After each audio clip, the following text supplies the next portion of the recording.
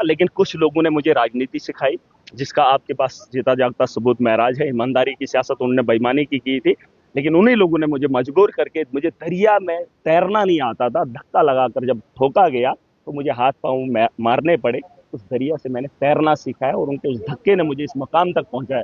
अब कोई कानून का इस्तेमाल करके मुझे कानून के कटघरे में खड़ा करना चाहते हैं, वहां पे जलील करना चाहते हैं, वहां पे मुझे बेड़ियां लगवाना चाहते हैं, लेकिन उन लोगों को पता है कि कानून में इंसाफ है, और इंसाफ अगर हो गया तो कानून भी सीखेंगे। जिन चीजों से ये आम आदमी को डराते थे, अगर उसके बारे में भी जानकारी होगी तो यकीन जानिए आज हमारा नंबर है तो अगला नंबर उनका भी होगा। क्या गंभीर एक आरोप लगाया, उसके बारे में क्या कहेंगे? आपको लगता है कोई क्या एक गंभीर आरोप लगाए हैं किसने?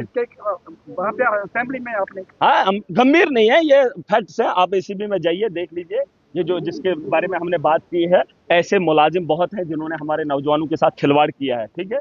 और जिन नौजवानों के साथ खिलवाड़ किया है, क्या उन ऑफिसर के गरेबा तक हमारा हाथ जा सकता है? हमारी महराज मलिक सिर्फ हिंदू ऑफिसरों के पीछे क्यों होता है? जिस दिन मुसलमान दिखेगा पता कर लेना। और मुझे जो केस वारंट निकालने वाला है वो गुलाम मोहम्मद सुरूरी है।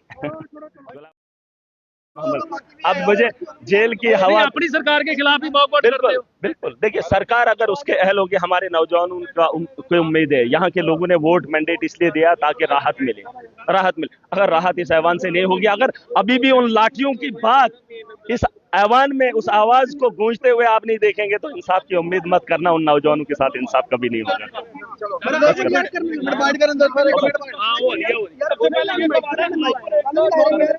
देखिए, उसके बारे में बात नहीं करूंगा। मैं आवाम की बात करता हूँ, वो उसका जवाब जनता देगी। देखिए, वो आवाम जानेगी, मुझे खुद भी नहीं पता है। वो उसका जवाब आवाम जानेगी, उसके बारे में पता करेगी। ये लड़ाई आवाम लड़ सकती है, कानूनी लड़ाई आवाम लड़ सकती है। ऐवान में महराज को भेजा है, यहाँ पर मैं उनकी नुमाइंदगी करूंगा। देखिए, वो चीजें बाद की, अरेस्ट करके क्या हिंदुस्तान के इस आइन में क्या फांसी लग जाएगी? अरे, अरेस्ट हो जाएंगे, बाहर आ जाएंगे, फिर भी आवाम की बात करेंगे। ये कोई नया मामला नहीं है, लेकिन फिर भी ऑनरेबल कोर्ट की हम रिस्पेक्ट करते हैं, इज्जत करते हैं। अब जिन लोगों ने उसको हथियार बनाया है, जिन लोगों का ये पेशा रहा है, कोर्ट इंसाफ के लिए था, लेकिन बड़े बड़े लोगों ने ये अपना ताकत बनाया है। क्योंकि कोर्ट में जाएंगे, वकील को लाएंगे, लीगल नोटिस करवाएंगे, तो वकील को कुछ भी बोल के अब अगला बेचारा परेशान है, कहाँ जम्मू के चक्कर काटेगा? तो सुन लीजिए, कहाँ हाई कोर्ट का चक्कर काटा था। ये इंसाफ था आवाम के लिए, लेकिन कुछ अमीरों ने इसे जो है अपनी ताकत बनाया है। जैसे शेर पालते हैं, कुत्ता पालते हैं, वैसे ही इन्होंने कानून का सहारा रखा है कि एक जो है कानून भी रखेंगे। वकील को पैसे दे दिए, किसी के खिलाफ केस कर दिया, चाहे सच हो या झूठ, फिलहाल उसको कटघरे में खड़ा कर दिया। लेकिन फिलहाल लोगों को इस खौफ से भी निकालेंगे। पहले सियासत का डर था, अब कानून का डर लोगों को दिखाया जा रहा है। अब आवाम लड़ेगी, मैं यहाँ उनकी लड़ाई लड़ूंगा।